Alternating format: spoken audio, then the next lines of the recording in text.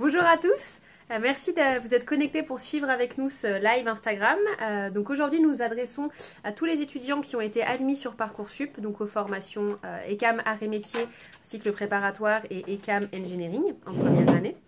Donc nous allons être avec vous pendant une petite heure. Donc n'hésitez pas à nous poser vos questions en direct et nous allons donc tout faire pour y répondre au plus.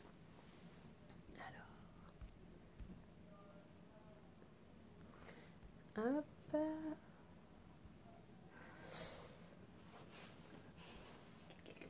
On va partir sur des questions d'abord un peu plus générales. On peut se présenter ? Oui, pardon, alors ce serait déjà pas mal.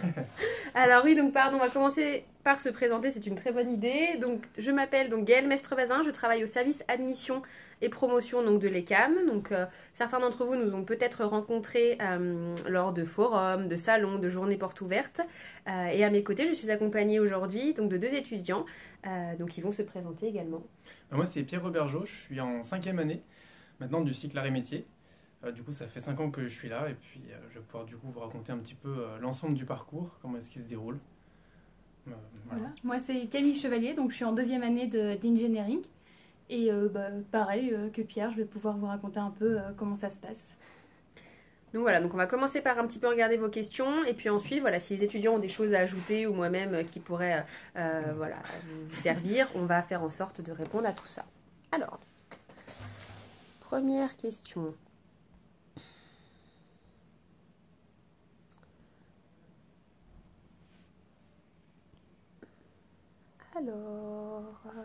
Donc on a une question qui intéresse beaucoup de gens, on la pose souvent. Y a-t-il une demi-journée sans cours pendant la semaine ? Alors, donc ça dépend du programme, donc allez-y. Pour les arts et métiers, non, c'est une prépa intégrée mais quand même classique. Donc on reste sur un format PTSI-PT, c'est-à-dire physique, technologie, sciences de l'ingénieur et en 2e année physique, technologie. Et du coup, c'est un format vraiment 5 jours complets. Voire même 5 jours et demi. Ouais, 5 jours et demi parce qu'il y a les DS le samedi matin avec d'école dans la semaine. Donc non. La demi-journée sera pour après pour le cycle ingénieur. Voilà, à partir de la 3e année, vous avez une demi-journée qui peut vous servir notamment pour la vie associative, dont on parlera un petit peu plus tard. Et en ce qui concerne l'engineering ? En engineering, on a le jeudi après-midi de libre.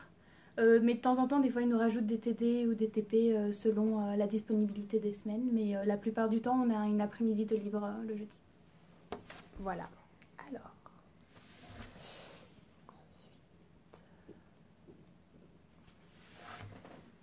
Comment s'organise le travail sur une semaine d'engineering ? Du coup, on va utiliser cette question pour répondre à la fois aux deux programmes. Donc, on va commencer par l'engineering. Ça reste assez classique. Donc, la plupart, lundi au vendredi, des cours de 8h à 17h30. Donc, c'est pareil qu'en prépa. On a des TD, on a des TP, on a les cours magistraux. Et ça se construit un peu comme un cursus normal. Et pour l'art et métier, c'est pareil, du coup on va avoir des matières qui seront physique, chimie, mathématiques, sciences de l'ingénieur, en grosse majorité, avec des cours de langue, et puis ça va rester sur un format classique lycée, donc des cours, des TP, des TD, beaucoup de manip, beaucoup de TP, et en plus, nous on va avoir, à la différence de l'engineering, d'école, donc ce sont des examens oraux qui sont toutes les semaines. Sur une rotation par matière. Tu vois, une semaine, ça va être mathématiques, donc tu auras 1 heure d'exercice avec présentation. Et à la différence d'engineering, nous on a des DS de 4 heures qui sont les samedis matins. Voilà, il faut aussi noter que donc, la pédagogie est différente sur ces deux programmes. Sur le programme Engineering, donc tout d'abord, il faut bien noter que les cours sont intégralement dispensés en anglais. Et vous avez aussi beaucoup plus de travail en mode projet et en autonomie. C'est bien ça ? Oui, c'est exactement ça. Il y a moins de cours en face à face avec un professeur que sur la prépa arts et métiers. Et il y a beaucoup plus de temps où l'étudiant travaille en groupe et doit faire ses propres recherches. Et on a toujours les DS. On a un DS chaque semaine, mais contrairement aux arts et métiers, nous, il est que d'1h30 ou 2h. Et c'est une fois par semaine aussi. Et après, en ce qui concerne l'art et métier, donc on a les 2 premières années qui sont de la prépa, donc très intensifs, notamment en cours magistraux et cours théoriques. Et après, quand on passe au cycle ingé, là, on va avoir des cours qui s'organisent plus en pôle, donc ça va être énergétique, matériaux, numérique.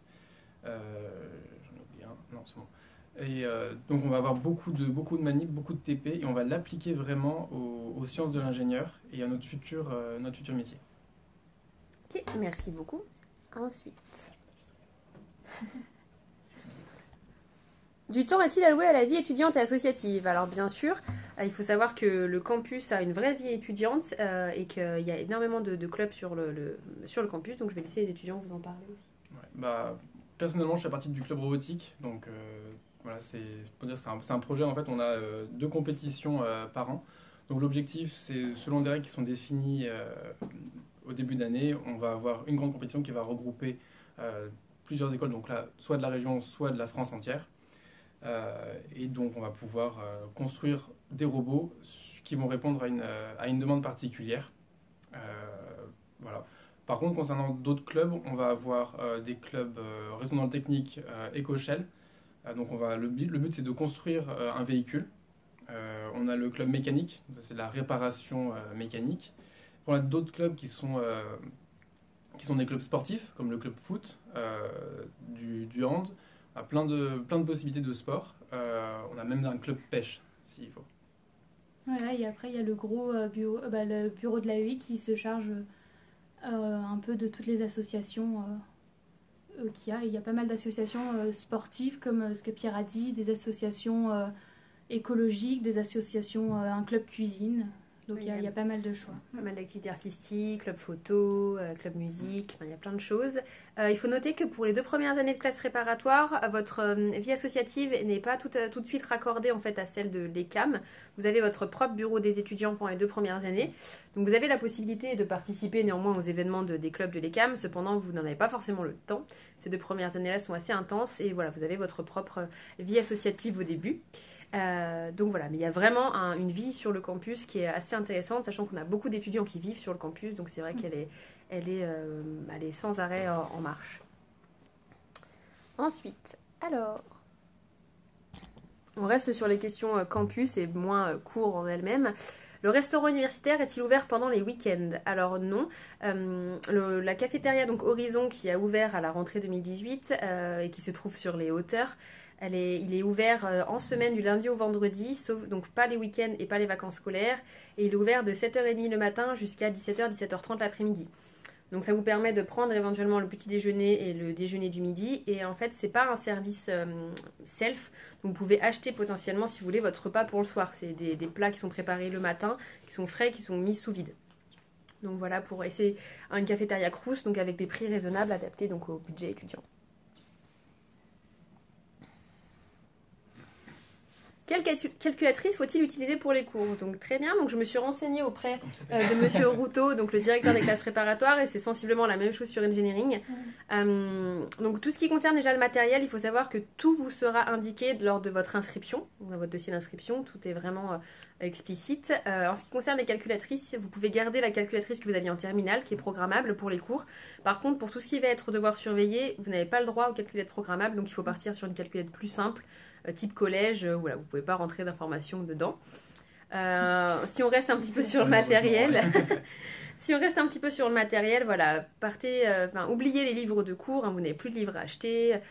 Voilà, c'est bien d'avoir, il faut avoir quand même un ordinateur parce que vous allez utiliser des logiciels comme SolidWorks, Python, MATLAB, voilà. Ouais. Mais ne vous inquiétez pas, vous aurez largement le temps lors de votre inscription et de la préparation de la rentrée de vous équiper comme il faut.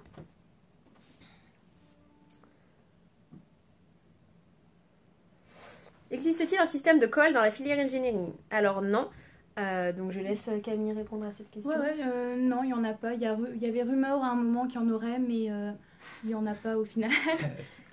Voilà, la méthode pédagogique étant différente, voilà, ça fait partie des différences qui sont dans ces 2 programmes-là. Pour l'instant, il n'y en a pas et donc c'est vraiment un travail en autonomie. Vous pouvez vous entraîner entre vous si vous voulez, mais c'est pas prévu en tout cas avec des professeurs. Alors,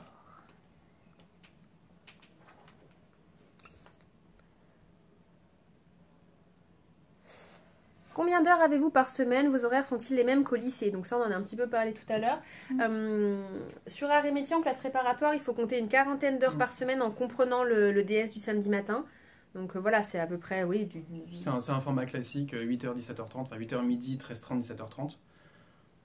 Sauf les jours où il y a colle, donc du coup il y a 1 heure supplémentaire. Voilà, et puis engineering, C'est à peu près pareil, sauf que le jeudi, on a notre après-midi de libre et après, on a des horaires un peu plus flexibles. Et comme on vous l'avait dit, moins de cours en face à face, mais le temps libre que vous avez, c'est pas tellement du temps libre, c'est du temps qui est dédié aux recherches. Et après, pour le cycle ingé, je fais la parallèle entre les deux. Vu qu'on passe de plus en plus sur un mode projet, on va avoir beaucoup plus de temps qui ne sera pas libre, mais on pourra gérer notre temps comme l'on souhaite. Et donc, du coup, gérer notre calendrier un petit peu comme on veut. Alors, on a beaucoup de questions qui apparaissent en fait en commentaire. Alors, on n'a pas le temps de les voir parce qu'il y en a beaucoup. Donc, pensez bien, si vous avez des questions, à aller en fait sur la story. Il y a des stickers qui vous permettent de poser des questions. Parce que sinon, moi, je n'ai pas le temps. Enfin, on n'a pas le temps de tous les voir et on va en rater. Alors.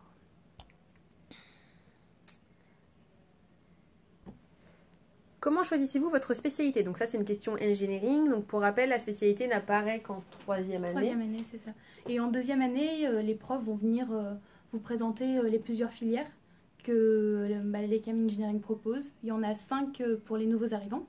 Et donc les profs vous présentent un peu les débouchés qu'il y a, les cours que vous allez sûrement avoir, les opportunités à l'étranger. Et à partir de ça, vous choisissez la filière qui vous intéresse le plus. Merci. Alors, ensuite.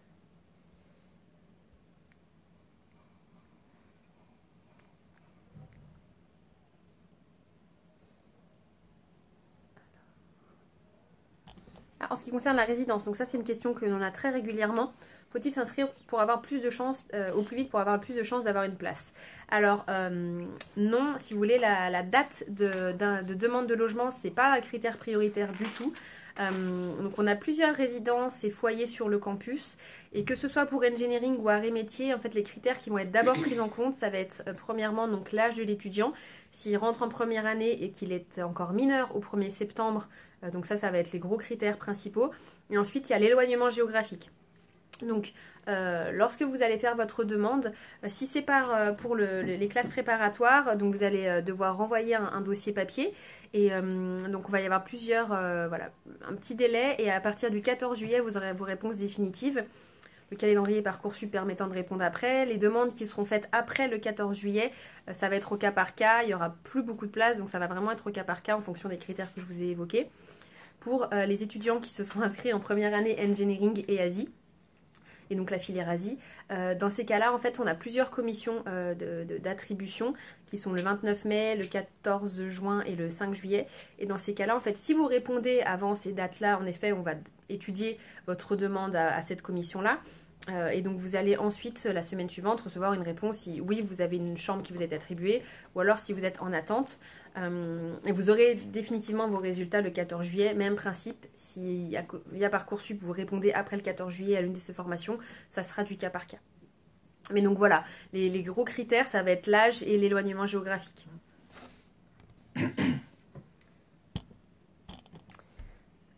Alors...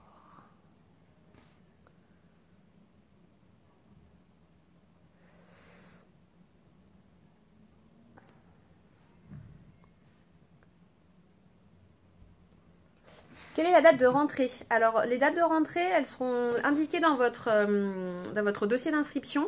Ça tourne au début, dans tous les cas, c'est début septembre. Les étudiants qui sont en résidence pourront venir un jour avant. Par exemple, la première année à Rémétier, en classe prépa, la rentrée se fait le vendredi 30 août. Et après, voilà, tout aura lieu de toute façon les premières semaines de septembre. Donc attendez de recevoir vos dossiers d'inscription, vous aurez toutes les dates définitives dessus.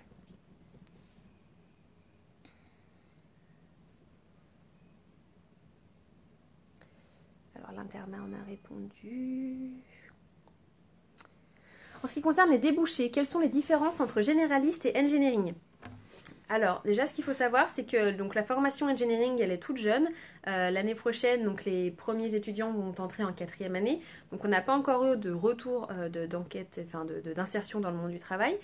En revanche, on a donc bien celle de l'ECAM Arts et Métiers. Donc, ce qui est sûr, c'est que de toute façon, Arts et Métiers ou engineering, à la base, vous avez quand même une formation d'ingénieur généraliste. Donc, avec ce diplôme-là, vous pouvez postuler et travailler dans tous les domaines du secteur de l'ingénierie. Avec engineering... Et même on peut autre que le secteur de l'ingénierie. Vous travaillez partout, quoi. Ouais. Mais avec engineering, comme vous avez une spécialisation et un double diplôme, vous pouvez potentiellement postuler à des secteurs un petit peu plus poussés.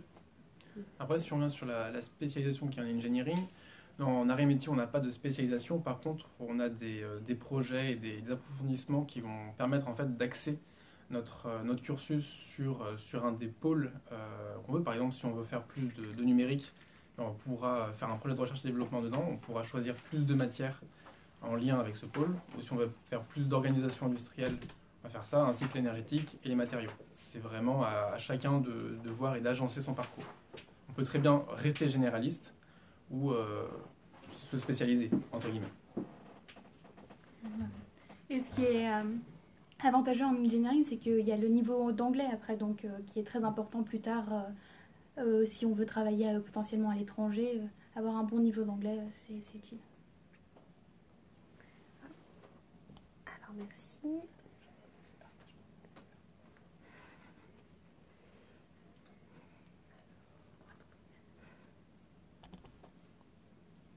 Les premières semaines d'engineering sont-elles compliquées pour s'adapter aux cours en anglais?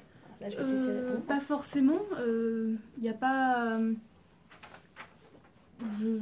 Personnellement, j'ai pas trouvé qu'il y avait une difficulté les premières semaines. C'est vrai que ça fait un peu bizarre que les cours soient en anglais quand on a été habitué à avoir les cours en français. Il y a un petit moment d'adaptation, mais tout le monde est un peu dans le même cas, donc c'est un peu drôle. Et après, d'ici 1 ou 2 semaines, il n'y a pas de problème, ça roule tout seul. Merci.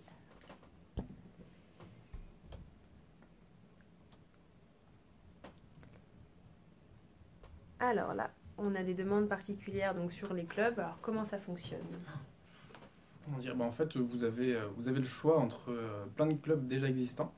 Vous pouvez même proposer la création d'un nouveau club. Et il y aura des soirées rencontres avec les différents membres des clubs où vous allez pouvoir discuter avec les membres, savoir ce qui vous intéresse, savoir quels sont les projets, qu'est-ce qu'on y fait exactement, quelle est l'ambiance. Et puis après, juste vous inscrire dans ce club, y participer. Et jusqu'à devenir membre du bureau du club. Enfin, en fonction des années, après, vous évoluez dans le club. Et c'est chaque club, après, a ses spécificités. C'est ça. Et au début de l'année, il y a un moment, une après-midi où il y a plein de clubs différents où on a l'opportunité de parcourir et voir un peu tous les clubs qui proposent et on s'inscrit sur une liste et où ils peuvent nous contacter sur groupe Facebook, etc. Comme ça, pour vraiment faire partie du groupe. Alors je vois qu'il y a une question qui est passée, donc j'essaie un petit peu de retenir, concernant la proportion des filles dans ces programmes-là. Donc il y en a de plus en plus. Je ne sais pas si vous pouvez tu peux donner ton ressenti par rapport. Dans ma promo, il n'y en a pas trop, mais c'est vrai qu'en première année, il y en a beaucoup plus. Et c'est ce qui est encourageant qu'il y ait de plus en plus de filles dans les promos.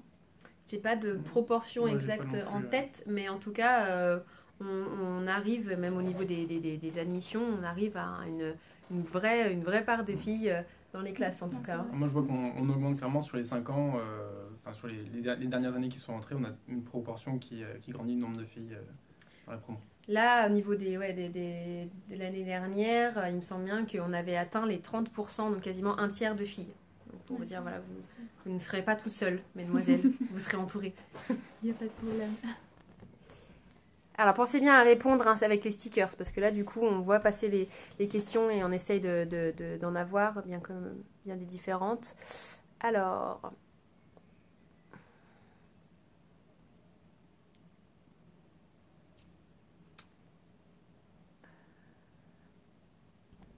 Alors, y a-t-il un système de parrainage à l'ECAM? Alors, en fait, il y en a deux. Il y a déjà un parrainage qui se fait avec les années supérieures et inférieures. Donc, quand vous allez rentrer en première année, vous allez avoir un parrain ECAM qui sera en deuxième année. Donc, qui va pouvoir vous aider, vous accompagner tout au long de votre cursus. Ensuite, vous allez aussi, quand vous rentrez en deuxième année, parrainer un première année. Et dès la rentrée en ECAM 3, donc en troisième année dans le cycle ingénieur, vous allez avoir un parrain diplômé déjà, pas forcément de la promotion qui vient de sortir, mais d'une des promotions qui est déjà diplômée et qui va pouvoir répondre à vos questions, vous accompagner et puis participer à l'élaboration de votre réseau professionnel dans le futur. Et en ECAM Engineering, c'est pareil en prépa, donc la première année. Les premières années sont parrainées avec les deuxièmes années. On n'a pas encore le même parrainage que les arts et métiers en troisième année. Mais voilà, donc tous les premières années ont forcément leurs parrains en arrivant en première année. Merci.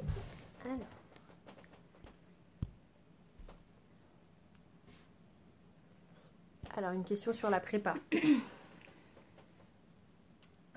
C'est dur. Alors, est-ce que la prépa c'est dur et combien de temps on travaille chez nous le soir? Alors, oui, c'est dur la prépa. Parce qu'en fait c'est soutenu. Je trouve. On va apprendre plein de nouvelles choses, plein de nouvelles méthodes de travail. C'est relativement soutenu.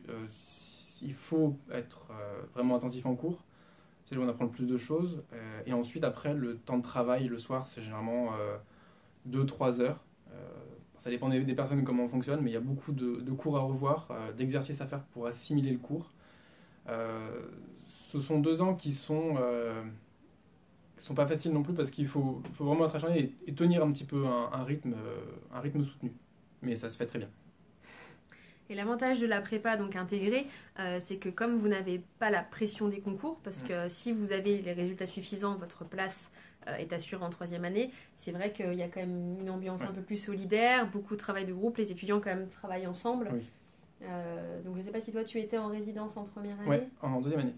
Et donc quel était donc les gens, vous travailliez ensemble, quelle était l'ambiance de alors travail? déjà c'est bien parce qu'on a pu en résidence être avec des gens un petit peu de tous horizons. Enfin, je suis de Lyon, mais j'ai des amis qui étaient de Paris, d'Ardèche, de partout en France. Et on a pu déjà créer un groupe d'entente, un groupe de travail. On était majoritairement dans les classes, soit dans la même classe, soit dans 2 classes séparées. Donc du coup, on a pu compléter ce que les profs disaient avec la compréhension de chacun, s'entraider sur les exercices et préparer ensemble les DS et l'école. Merci. Ensuite.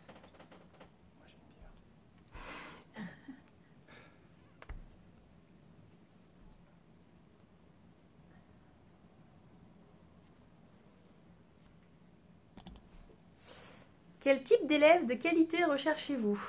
Alors, donc déjà techniquement, si vous avez été admis, c'est que vous aviez de base, c'est vous, vous aviez de bons résultats académiques. Donc voilà, on a regardé les matières scientifiques, il faut pouvoir quand même être prêt à suivre en maths, en physique. Mais on a regardé aussi, et c'est ce qu'on fait à travers les entretiens, on regarde votre état d'esprit, votre personnalité. Comme je disais un peu plus tôt, l'idée vraiment c'est qu'il y ait une solidarité entre les étudiants, une entraide, mais également une grosse capacité de travail. Donc quel est votre ressenti au niveau de vous, vos camarades? Qu'est-ce qui ressort des étudiants et Camiens? C'est exactement ça, de l'entraide. Quand on a un DS qui arrive bientôt, tout le monde travaille en salle de travail, tout le monde sait, on a des groupes Messenger de classe, on s'envoie... Si quelqu'un a raté un TD, on lui envoie le TD, ou s'il manque une correction d'un exercice qu'on n'a pas fait. Non, il y a quand même énormément d'entraide par rapport à ça. Il y a une vraie ouverture d'esprit aussi. On essaie de plus en plus d'avoir de nationalités aussi différentes. Et c'est vrai que grosse ouverture d'esprit demandée aux étudiants. Ouais, c'est ça. C'est des personnes qui viennent qui sont généralement motivées, qui ont envie et en fait, au fur et à mesure de l'année, quand on passe 2 ans de prépa ensemble avec le même groupe, on forge des liens et ça fait vraiment comme une famille en fait. C'est ça. Après, en ECAM 3, pour l'arrêt métier, on a des amis extérieurs qui viennent, donc ils viennent sur concours de DUT et de BTS. Du coup, ils viennent augmenter la famille et puis on crée encore plus de liens et on a une ambiance qui évolue en fait avec ça. Du coup, c'est la convivialité surtout qui ressort. Bon, ça donne envie tout ça. Alors, donc l'internat, on en a un petit peu parlé.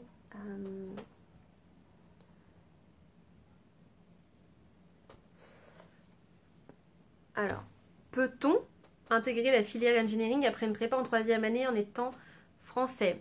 Alors, non, il faut savoir qu'il y a... Enfin, attendez, que je comprenne bien la question. En tout cas, il n'y a pas de passerelle entre engineering et arts et métiers. J'avais ça en tête comme question. Et par contre... Mais les gens peuvent intégrer. Oui, il y a Bac+2. Oui, tout à fait. Alors, en fait, on a une plateforme d'admission et une passerelle pour les étudiants qui auront fait d'autres études avant, toujours dans le domaine scientifique. et qui justifie d'un bon niveau d'anglais. En effet, si votre diplôme, vos premières années d'études vous confèrent les compétences et connaissances nécessaires, vous pouvez tout à fait intégrer ECAM Engineering en troisième année. Donc, du coup, tu en as Oui, pas oui, vu bah, encore, par mais, exemple, comme je vous ai dit tout à l'heure, je suis en deuxième année. On a eu 3 nouveaux étudiants qui venaient de prépa ou d'autre part, un peu partout dans le monde, qui ont intégré en deuxième année. Et c'est pareil, en troisième année, il y a 1 ou 2 étudiants qui intègrent au passage. C'est vrai qu'en arts et métiers, il y a vraiment ce système 2 années de prépa et ensuite le cycle ingénieur. Donc c'est soit on l'intègre en post-bac, soit on l'intègre en troisième année. Engineering, c'est un petit peu plus souple. Donc ça va vraiment dépendre des études que vous avez faites et de votre niveau d'anglais également. Si je peux me permettre, il y a quelques personnes qui arrivent à faire la passerelle entre une prépa classique et la deuxième année de prépa. C'est-à-dire qu'on a fait la première année à l'extérieur, on peut très bien rentrer en deuxième année. Voilà. Il faut que le niveau soit très correct. Et là, il faut faire la démarche de venir vers nous parce qu'on n'a pas d'admission ouverte à ce niveau-là. C'est vraiment du cas par cas et en fonction de votre motivation. Ok, super. Alors, on reste dans les cours. Alors, en engineering, quelle est la proportion, l'importance du contrôle continu ? Assez importante. On a souvent des devoirs que les profs nous donnent après les TD en mode terminez l'exo 3 et au prochain cours, montrez-moi ce que vous avez fait. Comme on a dit tout à l'heure, on n'a pas vraiment ce système de colle, mais on a plus ce qui ressemble au colle en TD. Donc des fois, il y a un prof qui va nous dire, vous préparez cet exercice et on le retravaillera en TD. Donc ils vont faire passer un étudiant au tableau. Donc le travail continu est important. Les profs, dans leur matière, de la manière dont ils notent, ils consacrent 5 à 10% de contrôle continu. Donc c'est à prendre en compte. Et en ce qui concerne arts et métiers ? En ce qui concerne arts et métiers, c'est que du contrôle continu en fait. Pour la prépa, tout se base sur les DS. Pour les TP, on a quelques comptes rendus à rendre, donc qui nous permettent d'évaluer, de rajouter des points dans les matières. Ça permet aussi de nous préparer vraiment à ce qu'on va faire dans le cycle ingénieur. Et pour le cycle ingénieur, ça dépend des proportions selon les matières. On va avoir les DS qui vont compter entre 50 et 75% de la note. Et ensuite, c'est du TP, c'est de la présentation, c'est du projet qui vont jouer aussi sur la notation. Ok, merci. Ensuite,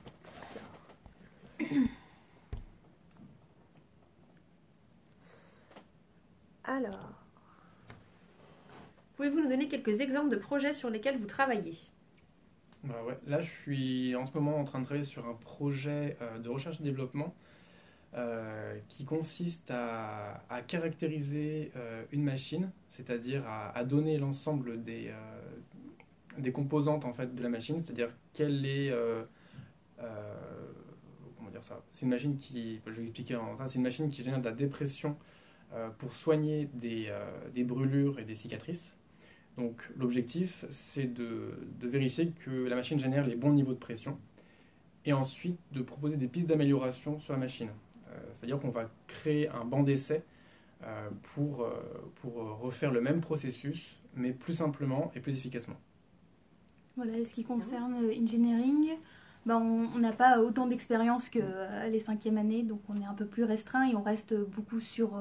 il faut qu'on ait les bases avant de pouvoir attaquer les projets. Mais un dernier projet qu'on a fait, on a fait des lancements de fusées avec tout un rapport décrit derrière sur l'aérodynamisme de la fusée, etc. Et on a un futur projet sur concrétisation, sur des plaques Arduino, un peu complexe, mais voilà. Après, si je peux revenir sur l'ensemble de la filière arts et métiers, donc les 2 premières années, on va avoir deux travaux d'approfondissement, qu'on appelle les TIPE.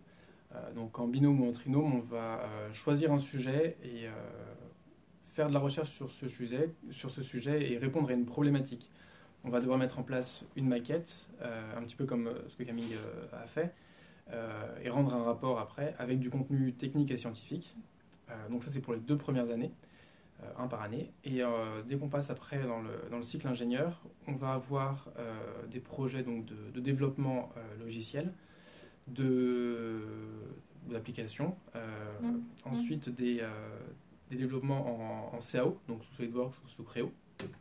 On va avoir des projets de création de produits, donc avec études marketing et techniques. Voilà. Et puis le dernier, c'est le projet de recherche-développement en 5e année. Et en engineering aussi, on a une fois par mois, on va avoir 2 jours de entre guillemets activités. On appelle ça des workshops qu'on peut choisir. On a 10 activités au choix et on choisit lesquelles on veut faire. Et c'est un projet qui dure 2 jours. Donc notamment construire un four solaire, un vélo électrique. Donc c'est intéressant de travailler sur un projet pendant 2 jours. Merci beaucoup. Alors ensuite, n'hésitez pas, hein, dans la story, vous avez les petits stickers. Alors,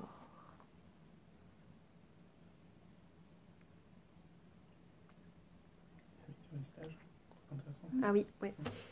La filière arts et métiers a-t-elle elle aussi des cours en anglais? Oui, alors dès l'ECAM 3, on va avoir quelques cours en anglais, donc en proportion plus inférieure que les cours en engineering, mais on va avoir quelques-uns, notamment sur les TP, sur les TD qui vont être faits en anglais.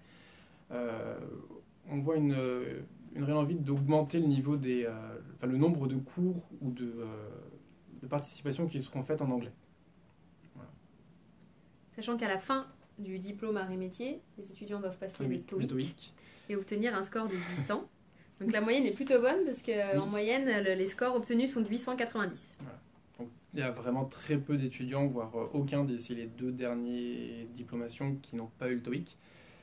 Voilà, mais c'est quelque chose d'exigé. Ouais. Voilà. Alors, oui, on avait vu une question intéressante sur les stages.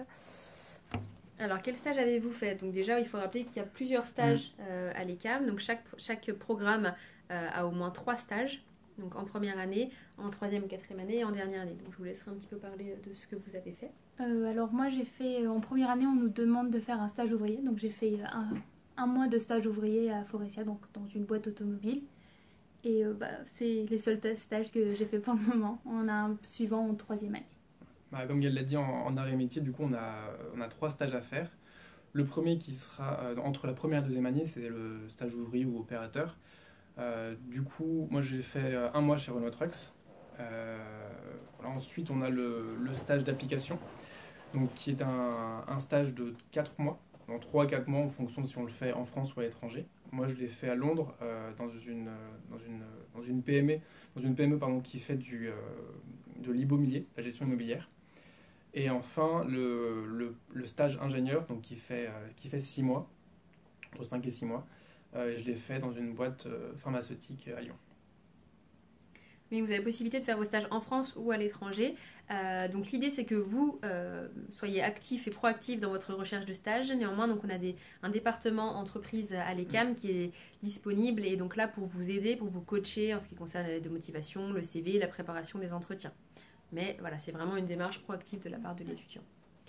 Je souhaite la bienvenue à ceux qui nous rejoignent. Je vous informe et vous rappelle que nous sommes en live pour aujourd'hui. Donc ça s'adresse aux étudiants notamment qui ont été admis sur Parcoursup et qui auront encore des questions. Donc n'hésitez pas à vous rendre donc sur la story et à utiliser les stickers pour nous poser les questions que vous auriez encore.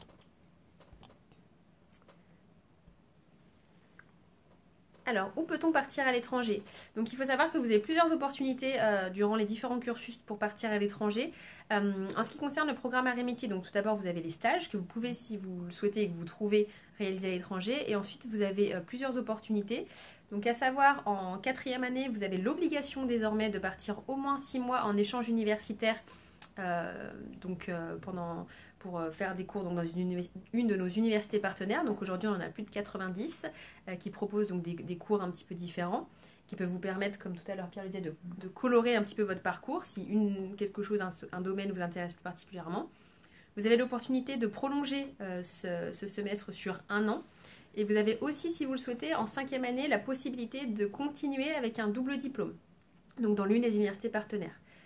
Donc je vais laisser Pierre un petit peu donner son expérience là-dessus. Ouais, alors moi j'ai fait le choix de rester à l'ECAM, donc sur Lyon, pour tout le cursus, mais plutôt de voir au niveau des stages, d'en faire un à l'étranger. Mais on a le choix, donc en fait le fait de faire un un semestre à l'étranger, c'était pas encore actif pour ma promotion. Donc ça va l'être dès l'an prochain.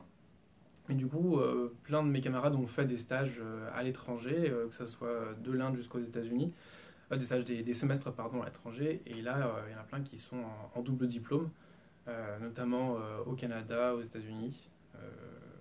Voilà, une idée. Donc n'hésitez pas à consulter le site internet, hein, toute la liste à jour des universités partenaires et des doubles diplômes est disponible. En ce qui concerne le programme Engineering, donc vous avez aussi donc, la possibilité de faire vos stages si vous le souhaitez à l'étranger et vous allez en fait passer l'intégralité de votre dernière année à l'étranger, donc dans une université partenaire, pour valider votre double diplôme. Parce que la spécificité également du programme Engineering, c'est que vous ressortez à la fin avec 2 diplômes. Le diplôme donc électronique et mécanique de l'ECAM Lyon et un Master of Science de l'université dans laquelle vous vous serez rendu. Donc là, à l'heure actuelle, pour toi... Pour nous, il y a... actuellement, on a 2 options, donc en Angleterre et en Italie.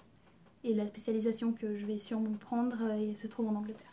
Voilà, en fait, du coup, la liste pour l'instant donc des universités pour engineering, elle est différente d'arts et métiers parce qu'il faut que ça corresponde, si vous voulez, votre double diplôme doit correspondre à la spécialisation que vous avez choisie. Donc, on en a plusieurs en Irlande, au Royaume-Uni, en Italie. Donc, encore une fois, toutes ces universités-là et les spécialisations qui leur sont associées sont disponibles sur le site internet.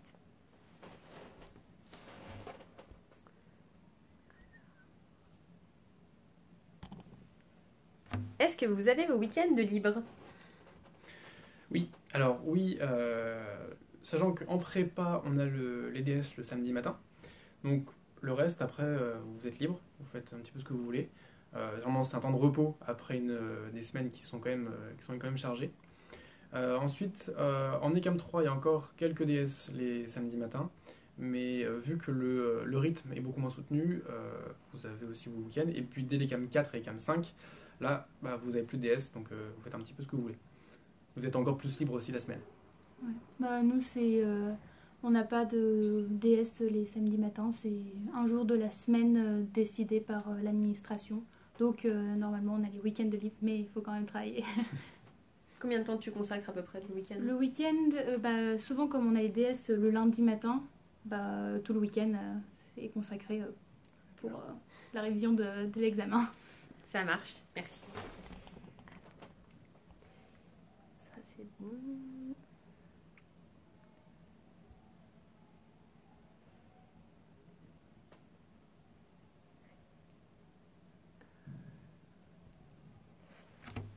Quelle est la proportion d'étudiants en ECAM Engineering? Donc ça, on a répondu un petit peu tout à l'heure. Donc oui, voilà, il y a environ... on approche grandement des 30% d'étudiantes dans toutes les promos. Donc ça, bon. On avait déjà eu...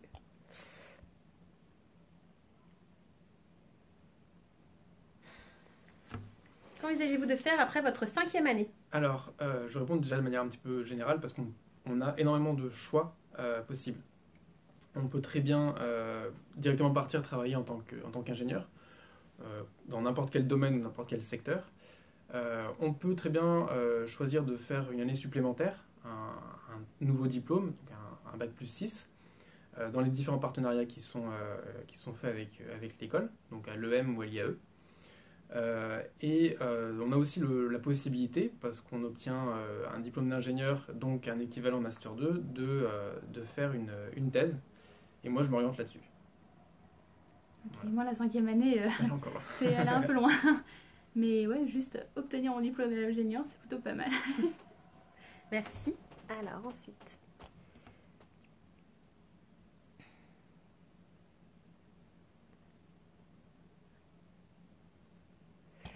Alors ça, on va juste le répéter, peut-être que c'est une nouvelle question. Donc le score minimum au TOEIC pour la filière arts et métiers, c'est 800. La moyenne étant 890 obtenue par nos étudiants. En ce qui concerne le programme Engineering, les étudiants doivent passer l'IELTS et donc obtenir le rang 7 qui est équivalent du niveau C1. Donc il y a une certaine exigence aussi attendue sur le programme Engineering. Alors...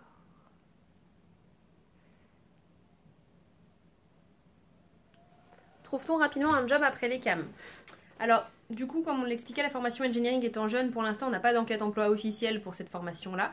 En ce qui concerne le programme Arts et Métiers, l'enquête emploi 2017, donc ceux qui ont obtenu leur diplôme en 2017, nous permet de vous indiquer que grâce notamment à toute l'expérience en entreprise que les étudiants acquièrent durant leur cursus, plus de la moitié, 56% d'entre eux, avaient reçu une proposition d'embauche avant la fin même de leur cursus. Ensuite, 100% de nos étudiants sont employés en moins de 3 mois. Oui, c'est ça. On peut voir que notamment à la suite des stages ingénieurs, les entreprises, donc, pour les stages ingénieurs, se font de deux manières, soit au premier semestre, soit au deuxième semestre. Que ce soit dans les deux, généralement, une proposition d'embauche est faite pour continuer. Ensuite, s'il n'y a pas, ou si même l'étudiant veut s'orienter vers autre chose, eh bien, le fait de postuler dans une entreprise nous permet d'avoir directement des accès privilégiés dans les entreprises. Les entreprises partenaires aussi de l'ECAM, on poste beaucoup d'offres pour les 5e années en tout cas. Et donc on arrive généralement pour la grande majorité, à 1 ou 2 mois avant la diplomation, à trouver un emploi. Il faut savoir aussi que les étudiants peuvent compter sur un véritable réseau des anciens alumni. À l'heure actuelle, on a plus de 7000 anciens actifs. Donc actifs, ça veut dire qu'ils sont en contact avec l'ECAM et ils autorisent les étudiants à les contacter et à solliciter leur aide, que ce soit pour les stages ou ensuite derrière pour la recherche d'emploi. Donc ça, c'est vraiment un atout pour la recherche d'emploi. Alors...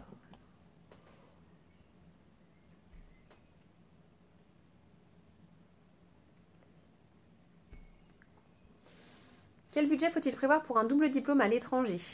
Alors en fait, tout va dépendre de l'université partenaire que vous choisissez. On a des accords, des partenariats, que ce soit pour donc, le double diplôme ou les semestres ou années universitaires, les échanges. Il faut savoir que voilà, ça va vraiment dépendre. Quand c'est par exemple en Europe où il y a des accords Erasmus, donc il y a très peu de frais de scolarité à rajouter. Ça va ensuite, il faut prendre en compte les frais de voyage, les frais d'hébergement sur place.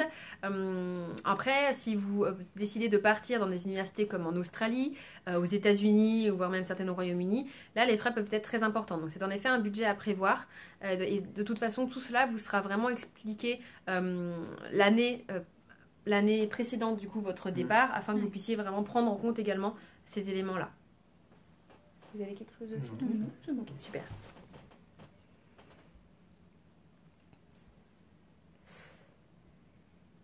Alors, on reste du coup dans la question budget. Alors, le prix des études, donc il faut savoir que donc, le prix, la finalisation des tarifs, etc., les prix définitifs, ce sera ceux qui seront communiqués sur votre dossier d'inscription. Donc, à l'heure actuelle, pour la rentrée des arts et métiers en classe préparatoire, il faut savoir que c'est une formation qui est conventionnée par l'État. Donc du coup, en fonction du quotient familial, donc de la situation des revenus de vos parents, les frais de scolarité annuels vont varier entre 1 500 et 2 500 euros. Donc la grille qui va permettre de déterminer cela vous sera remise durant le dossier d'inscription et tout au cours de ce processus-là. En ce qui concerne la filière engineering, donc les frais de scolarité des 3 premières années s'élèvent à 6 800 euros pour ensuite se terminer sur les 2 dernières années sur 8 500 euros. Donc vous retrouvez à nouveau toutes ces informations-là sur le site internet.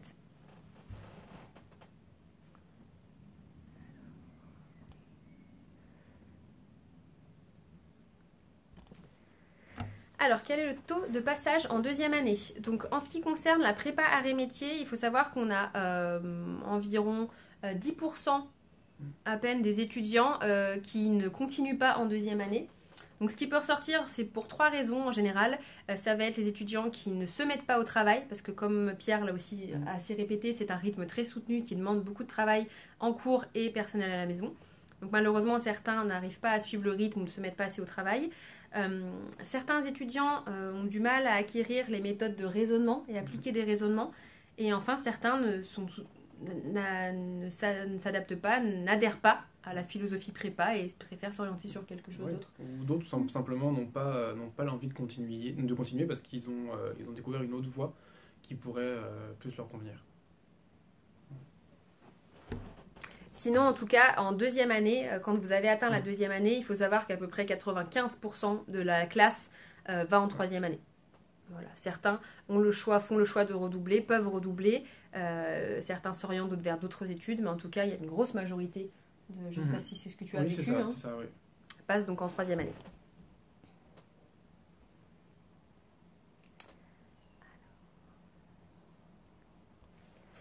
Combien y a-t-il d'élèves par promo en ECAM Engineering? Alors, on a tendance à être maintenant un petit peu équivalent entre les deux formations, je dirais. Engineering, aujourd'hui, on prévoit environ une promo entre 130 élèves. On essaye, que ce soit donc avec les étudiants français et les étudiants internationaux, parce que c'est ce qui fait aussi la force de ce programme-là, c'est la multiculturalité. Voilà, on arrive à accueillir, on est très heureux d'accueillir certains étudiants qui viennent d'autres pays pour poursuivre du coup ce cursus en anglais. Et donc sur la prépa et métier, on reste sur 3 classes de 50, soit une promo de 150 étudiants. Et après, par contre, dans le cycle ingénieur, on va être aux alentours de 200. Parce qu'on a les admissions parallèles. Les admissions extérieures qui viennent. Voilà.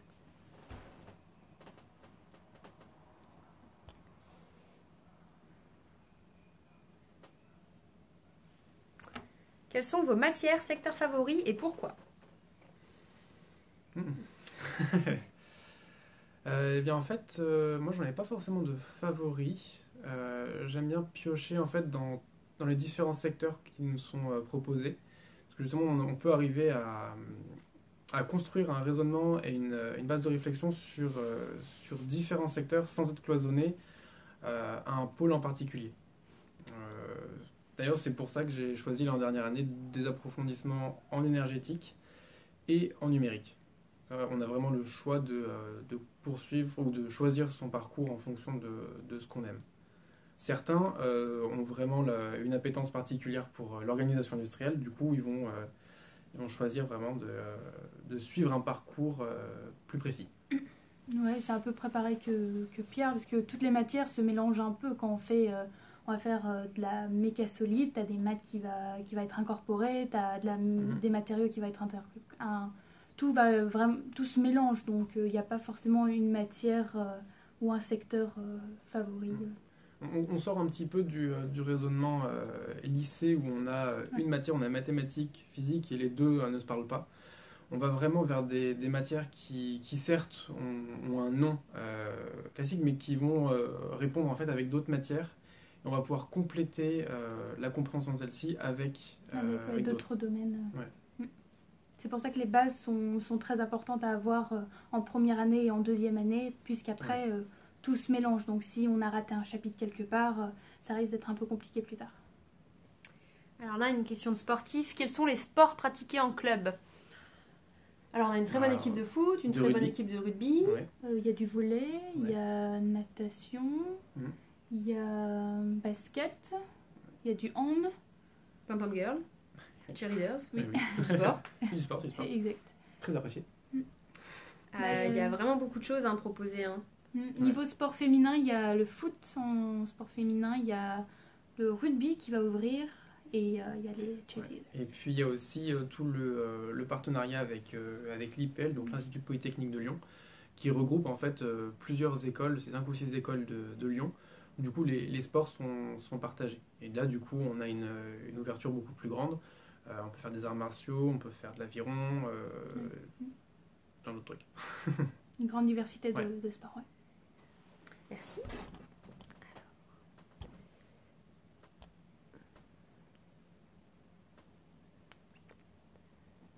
Alors, est-il recommandé de vivre en internat? Alors, dans la mesure du possible, c'est mieux d'être sur un internat, surtout si vous habitez en fait loin de l'ECAM. En soi, si vous êtes à côté, il faut. Mais c'est sûr que ça favorise en tout cas le travail d'équipe, ensemble. Toi qui as vécu à l'internat.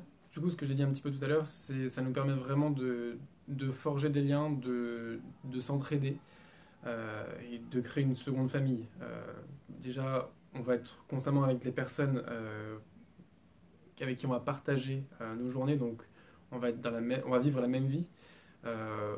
Du coup, on va pouvoir avoir une entraide scolaire et puis l'ambiance qui va être créée.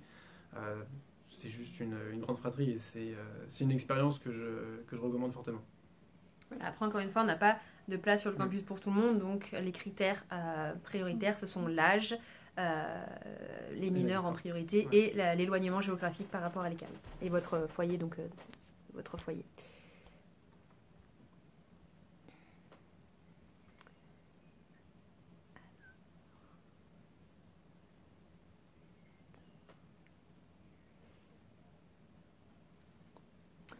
Quelles sont les spécificités de la filière Asie ?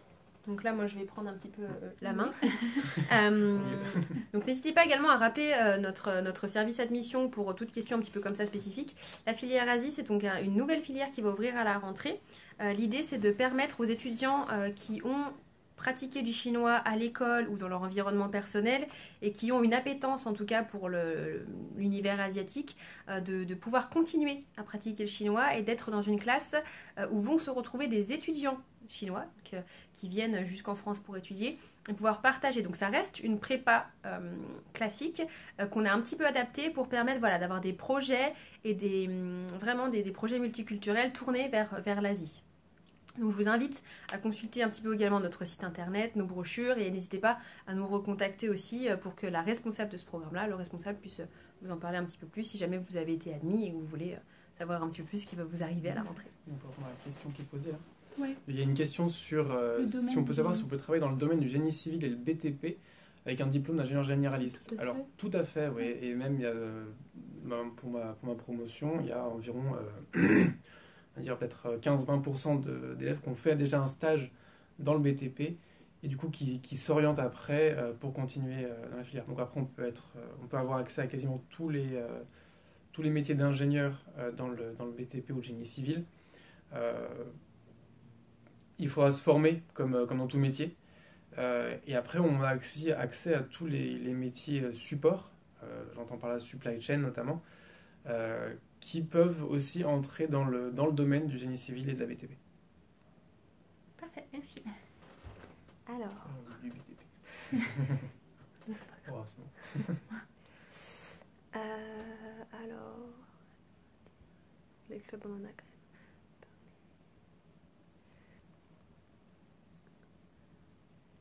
Donc l'internat, on a répondu.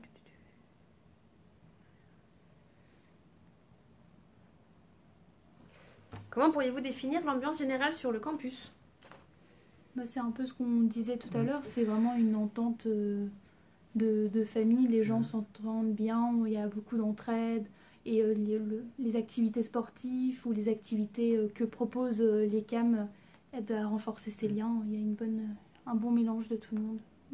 Il faut savoir que le campus est quand même relativement petit. J'entends parler que les filiales engineering et arts et métiers en tout cas sont toutes les deux présentes dans les mêmes bâtiments. Donc on est constamment en contact l'un de l'autre. Et puis les bâtiments sont très beaux. En fait, on sort juste de rénovation et puis on avance vers d'autres rénovations encore de bâtiments. Donc on a vraiment un espace de vie et de travail qui sont très chaleureux. Et du coup, après, c'est à chacun d'animer et d'être soi pour créer une ambiance qui soit favorable à tous. Exactement. Et pour les curieux qui n'ont pas eu la chance de venir nous rendre visite lors des journées portes ouvertes ou des autres événements, nous avons à disposition une visite à 360 degrés du campus sur le site internet. Donc c'est très bien fait, ça vous permet de voir les salles de classe, les labos, ça vous permet aussi de voir par exemple une chambre en résidence. Donc je vous invite vraiment à aller sur ce site, notre site à nous, et à faire cette visite 360 degrés.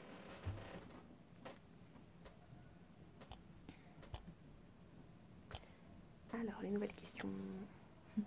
Celle-là, on la garde pour la fin.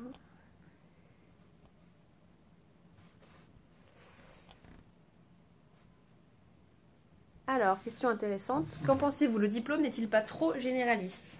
Eh bien, si vous avez une idée très précise de ce que vous voulez faire, peut-être que oui, du coup. Mais si vous voulez vous ouvrir à plein de possibilités, à plein de compréhension de domaine et avoir une ouverture d'esprit, je pense, qui est plus importante que pour un diplôme très spécifique. Je pense que du tout, c'est pas trop généraliste. Et comme on l'a dit tout à l'heure, l'ensemble des enseignements se regroupent. Et du coup, on a une vision globale, que ce soit d'un projet d'une thématique. Et on a après cette chance, que ce soit en stage ou après pour l'emploi, d'avoir une vision qui est très élargie, très étendue, donc d'avoir une compréhension de l'entreprise et des métiers très, très grande et qui nous permet aussi d'être beaucoup plus mobile dans l'entreprise. Mais ça n'empêche pas de se spécialiser un minimum et suivre un fil conducteur qui va nous amener vers ce que l'on avait déjà choisi de faire avant. Et en engineering, on a des spécialités qui sont 5 pour le moment. Et avec ces 5 spécialités, ça rajoute un bonus à ce diplôme généraliste qu'on obtient. Donc il y a une spécialisation derrière. Et un Master of Science. Exactement, un Master of Science. Ouais. Alors là, on a une question qui apparaît. Alors, combien de temps dure la formation des arts et métiers? Quels sont les métiers accessibles après? Donc, c'est un cycle ingénieur, donc c'est 5 ans, 2 ans de classe préparatoire intégrée et 3 ans de cycle ingénieur. Après, donc, les métiers, ça va être donc, des métiers d'ingénieur dans tous les domaines, tous les secteurs possibles. Ça peut être du consulting aussi. Ça peut être très bien, en fait, un métier technique ou un métier de support. En fait, vous avez la chance et la possibilité d'accéder à quasiment l'ensemble des secteurs et des métiers. Vous sortez à la fin avec un diplôme d'ingénieur, donc vous avez des compétences et des connaissances pour faire un petit peu ce que vous souhaitez. Parfait, alors on va terminer par une ou deux questions, on va vous laisser digérer un petit peu tout ça. Alors, prévoyez-vous d'autres lives comme celui-ci. Alors, pour le savoir, il faut nous suivre sur les réseaux sociaux. Nous sommes sur Facebook, nous sommes sur Instagram. On essaye régulièrement donc, de pouvoir échanger avec vous de cette façon. On est également disponible par messagerie. Sur notre site, vous avez également désormais une plateforme, une possibilité de chatter avec des membres administratifs, mais également des étudiants. Donc voilà, n'hésitez pas à utiliser un petit peu tous les outils qu'on met à votre disposition sur le site, sur les réseaux sociaux, et vous serez ainsi informés si on fait d'autres lives. En tout cas, si ça vous a plu, c'est sympa. Après, alors, on va terminer. Si vous avez des questions qui concernent votre situation particulière, n'hésitez pas à nous appeler ou nous faire un email. On essaie de répondre à des questions quand même assez générales, comme on n'a pas beaucoup de temps.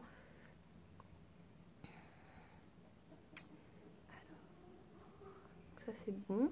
Bon, je pense qu'on va finir. Êtes-vous content de vos formations?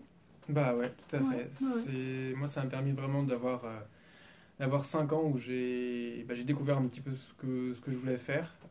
C'était pas toujours facile, mais très agréable. J'ai découvert une nouvelle famille, comme je vous l'ai dit, et après un réseau. Et puis, ça me lance dans la vie professionnelle avec un background qui est quand même très agréable et très appréciable. Ouais, moi, c'est à peu près pareil. Et ce qui est génial dans engineering, c'est qu'on a beaucoup de diversité et de cultures différentes, de gens qui sont partis à l'étranger, qui sont expatriés, qui reviennent faire leurs études en France.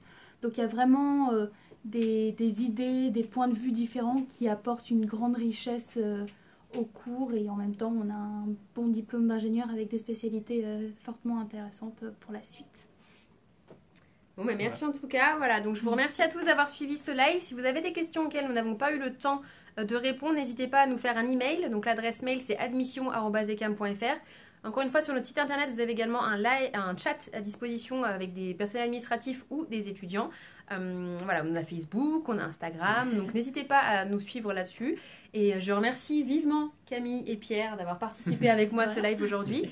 Et donc je vous souhaite une très bonne soirée en espérant que vous nous rejoigniez très vite à la rentrée 2019. Merci. Merci. Au revoir.